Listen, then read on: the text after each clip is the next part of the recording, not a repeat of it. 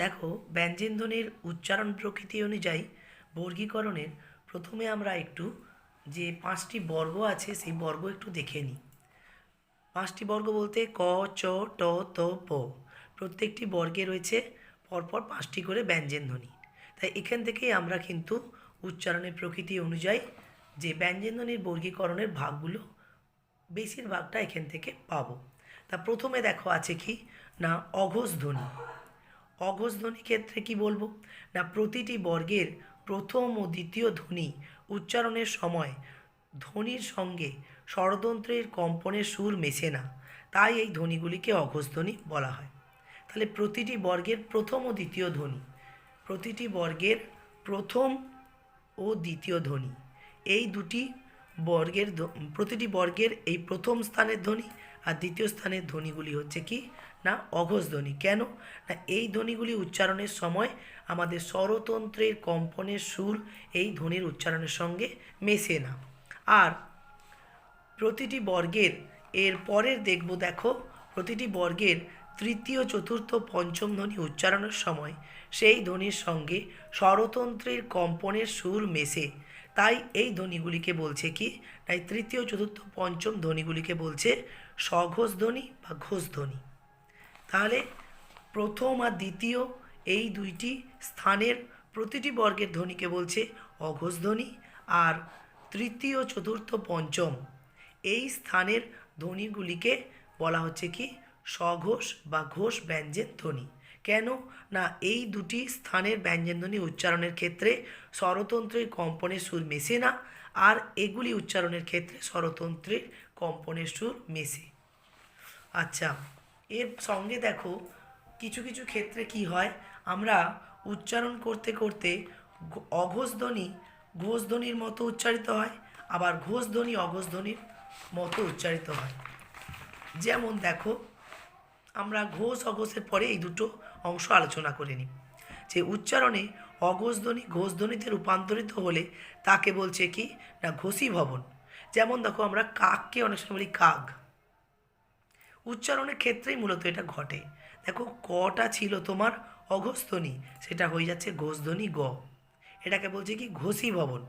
আর উচ্চারণে ঘোষ ধ্বনি অঘোষ ধ্বনিতে রূপান্তরিত হলে তাকে বলছে অঘোষী ভবন। যেমন কাক থেকে রাগ থেকে রাগ, কথাটা রাগ, তাকে আমরা রাগ রাগ করো না, তাহলে গটা ছিল ঘোষ ধ্বনি, সেটা অঘোষ ধ্বনি কয়ে রূপান্তরিত হচ্ছে, এটিকে বলছে কি অঘোষী ভবন। আচ্ছা, এরপরে চলো আমরা দেখি রয়েছে অল্প প্রাণধ্বনি আর মহাপ্রাণধ্বনি।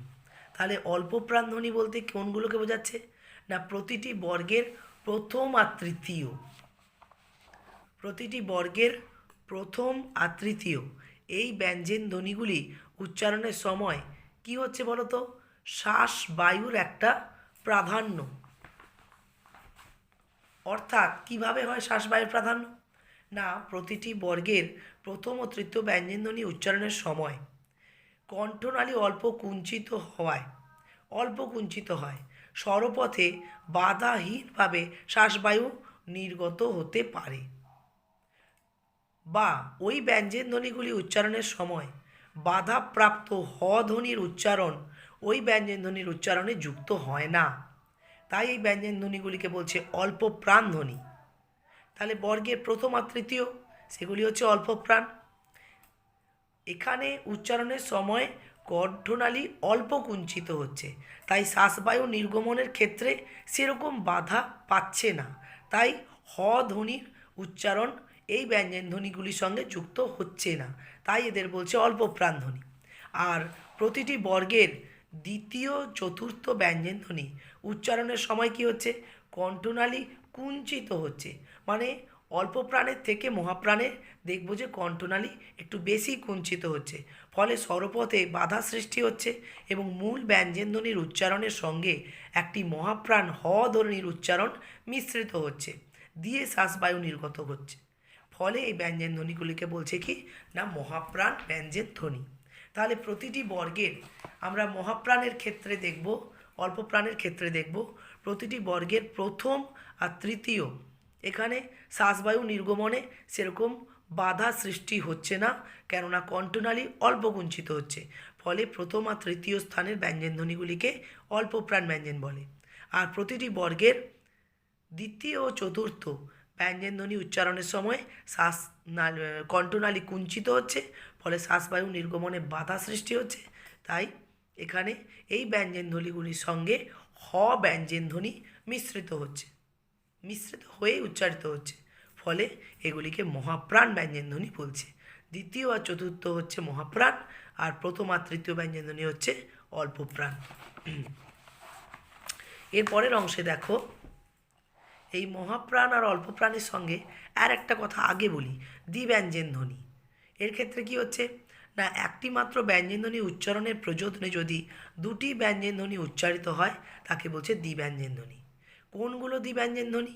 না, সমস্ত মহাপ্রাণ ব্যঞ্জনধ্বনি হচ্ছে দ্বিব্যঞ্জনধ্বনি। কেন না, আমাদের যে অল্পপ্রাণ ব্যঞ্জনধ্বনি ছিল তার সঙ্গে হ যুক্ত হয়ে মহাপ্রাণ ব্যঞ্জনধ্বনির সৃষ্টি হয়। তাহলে অল্পপ্রাণ ছিল প্রথম আর তৃতীয়, তাহলে ক হচ্ছে অল্পপ্রাণ। কয়ের সঙ্গে যখন হ উচ্চারণ মিশ্রিত হবে তখন হবে খ, মানে ক আর যুক্ত হ করে হয় খ। তাহলে খ সমান কি আসবে? ক যুক্ত হ, কয় হসন্ত যুক্ত হয় হসন্ত, আর গয় হসন্ত যুক্ত হয় হসন্ত করে আসবে খ। ফলে প্রতিটি মহাপ্রাণ ধ্বনির মধ্যে আছে কি, ঠিক তার আগের অল্পপ্রাণ ধ্বনি যুক্ত হ। তাই প্রতিটি মহাপ্রাণ ব্যঞ্জনকে বলা হয় কি, দ্বিব্যঞ্জন ধ্বনি।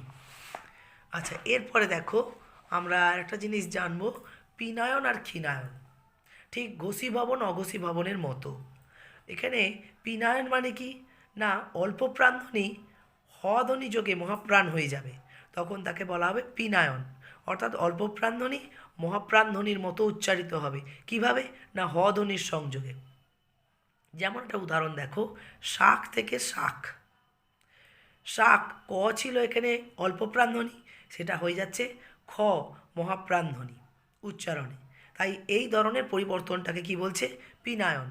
আর ক্ষীণায়ন কি না, মহাপ্রাণ, ক্ষীণায়ন মানেই বুঝতে পারছো ক্ষীণ হবে, হালকা হবে। তাহলে মহাপ্রাণ ধ্বনি অল্পপ্রাণ ধ্বনিতে ধ্বনির মতো উচ্চারিত হলে তখন তাকে বলছে ক্ষীণায়ন। যেমন চোখ, আসল শব্দ চোখ, খটা মহাপ্রাণ ধ্বনি, সেটা হচ্ছে চোখ, চোখের মতো, মানে কটা কয়ের মতো উচ্চারিত হয়, ফলে এটিকে আমরা বলতে পারি কি, ক্ষীণায়ন। আচ্ছা, এরপরে দেখো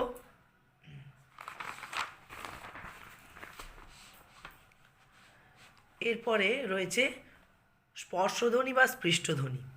যে সকল ব্যঞ্জনধ্বনি উচ্চারণের সময় শ্বাসবায়ুর বহির্গমন পথ কম বেশি বাধাপ্রাপ্ত হয় সেগুলিকে বলছে কি, স্পর্শধ্বনি বা স্পৃষ্টধ্বনি। তাহলে এক্ষেত্রে কি হচ্ছে, শ্বাসবায়ু যে নির্গত হচ্ছে ব্যঞ্জনধ্বনিগুলি উচ্চারণের ফলে, সেই শ্বাসবায়ু যে নির্গমনের পথটা বাধাপ্রাপ্ত হচ্ছে, ফলে কোথাও না কোথাও একটা স্পর্শজনিত প্রয়াস বা স্পৃষ্টজনিত প্রয়াস সৃষ্টি হচ্ছে। তাই এই ব্যঞ্জনধ্বনিগুলিকে বলা হচ্ছে কি, স্পর্শধ্বনি বা স্পৃষ্টধ্বনি। তবে এর মধ্যে চ, ছ, বর্গের ঝ এগুলো কিন্তু নেই। কেন নেই না, এই চ, ছ, বর্গের ঝ তোমরা উচ্চারণ করলেই বুঝতে পারবে যে এর মধ্যে একটা ঘর্ষণজনিত প্রয়াস সৃষ্টি হচ্ছে। এই ব্যঞ্জনধ্বনি উচ্চারণের সময় শ্বাসবায়ু বহির্গমন পথ প্রথমে রুদ্ধ হয়ে তারপরে সামান্য মুক্ত হয় এবং ঘর্ষণের মতো একটা প্রয়াস সৃষ্টি হয়ে শ্বাসবায়ু বহির্গত হয়। চ প্রথমে রুদ্ধ হচ্ছে, তারপরে উন্মুক্ত হচ্ছে, কিন্তু উন্মুক্ত হচ্ছে কিভাবে না, শ্বাসবায়ুটা ঘোষিত হয়ে বেরিয়ে আসছে। তাই এই ব্যঞ্জনধ্বনি কটিকে বলছে ঘৃষ্টধ্বনি বা ঘোষিত ধ্বনি বা ঘৃষ্ট ব্যঞ্জন। এরপর দেখো ঊষ্মধ্বনি। ঊষ্মধ্বনি বলতে কি বোঝাচ্ছে না, ঊষ্মা অর্থাৎ শ্বাসবায়ুর প্রাধান্য। যে ব্যঞ্জনধ্বনি উচ্চারণের সময় মুখবিবর সংকীর্ণ হয়ে তার মাঝ দিয়ে শ্বাসবায়ু শীষ দেওয়ার মতো হয়ে নির্গত হয় তাকে বলছে কি, ঊষ্মধ্বনি। আবার ঊষ্মধ্বনির মধ্যে রয়েছে তালাবস্য দন্তেস্ব হ। আবার এই তালাবস্য দন্তেস্ব যেহেতু শীষ দেওয়ার মতো ধ্বনির উৎপত্তি হয়, তাই এদের শীষ ধ্বনিও বলে অভিহিত করা হয়। এরপরে দেখো রয়েছে অর্ধস্বর। এগুলি ব্যঞ্জন, কিন্তু এদের বলা হচ্ছে অর্ধস্বর। কেন বলছে দেখো, অন্তস্থ জ আর ব, এগুলি মানে স্পর্শ ব্যঞ্জন আর উষ্ম ব্যঞ্জনের মাঝে থাকে বলে অন্তস্থ ব্যঞ্জন বলে। যেহেতু উচ্চারণ বৈশিষ্ট্য নয়, এটা অবস্থানের বিষয়, ওই জন্য আমি অন্তস্থ ব্যঞ্জন আলাদা ডেফিনেশান তোমাদের দিইনি। তা অন্তস্থ জ আর ব এই দুটি ব্যঞ্জন ধ্বনি উচ্চারণ হয় কিভাবে? না, জয়ের উচ্চারণ হয় ই অ, ইংরেজিতে ওয়াইয়ের মতো, আর বয়ের উচ্চারণ হয় উ অ, ইংরেজিতে ডাব্লিউ এর মতো। ফলে ই অ যদি উচ্চারণ হয় এটি স্বর, কিন্তু এটি পূর্ণভাবে এই স্বর উচ্চারিত হচ্ছে না, তাই এটিকে বলা হচ্ছে কি অর্ধস্বর। আর যেহেতু জয়ের মধ্যে এই উচ্চারণটি অর্ধস্বরটি লুকিয়ে রয়েছে, তাই এই দুটি ব্যঞ্জনকেই বলছে অর্ধস্বর। আচ্ছা, এরপর বয়ের ক্ষেত্রে কীরকম উচ্চারণ হয় তো বলা হলো যে উ অ, যেটা ইংরেজিতে ডাব্লিউ এর মতো। আচ্ছা, এরপরে দেখো রয়েছে তরল স্বর। এই র আর ল এদেরকে বলা হচ্ছে কি তরল স্বর। কেন না, র এসছে স্বর রি থেকে, আর ল এসছে স্বর লি থেকে। মূলত লি এর ব্যবহারটা একদম অপ্রচলিত, তো রি এর ব্যবহারটা রয়েছে। হলেও যেহেতু এই ব্যঞ্জন দুটির উচ্চারণের মধ্যে এই স্বর দুটির উচ্চারণ রয়েছে, তাই এদেরকে তরল স্বর, র আর লকে তরল স্বর হিসেবে চিহ্নিত করা হচ্ছে।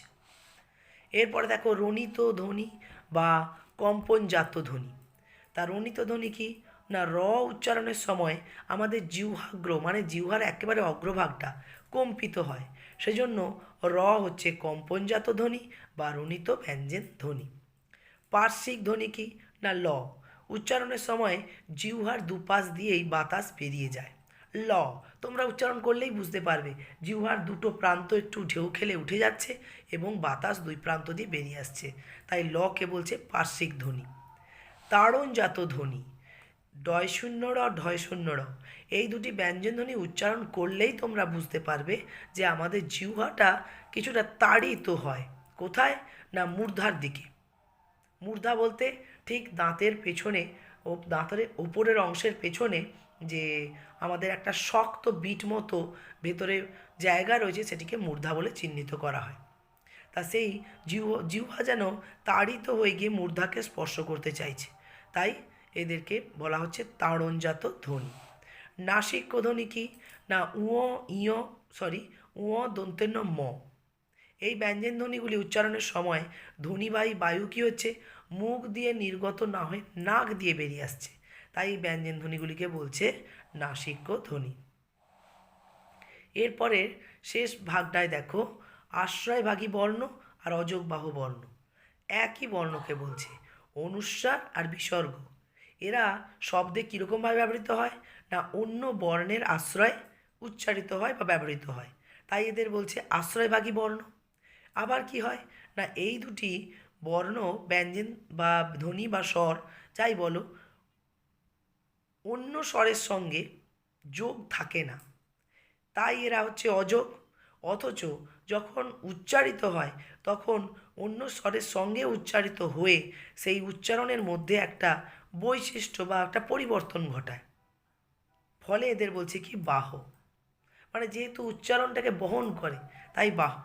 তাহলে অযোগ আর বাহ এই দুটি মিলিয়ে এই অনুস্বার আর বিসর্গের আরেক নাম হচ্ছে অযোগ বাহ বর্ণ। তাহলে এই ব্যঞ্জনধ্বনির যে উচ্চারণ বৈশিষ্ট্যের অনুযায়ী যে বর্গীকরণের ভাগগুলো, এগুলো তোমাদের ডেফিনেশান আকারেও 1 নম্বরের প্রশ্নে থাকতে পারে, সেখানে অতি অবশ্যই ডেফিনেশান উদাহরণ সহ দিতে হবে, উদাহরণ না চাইলেও।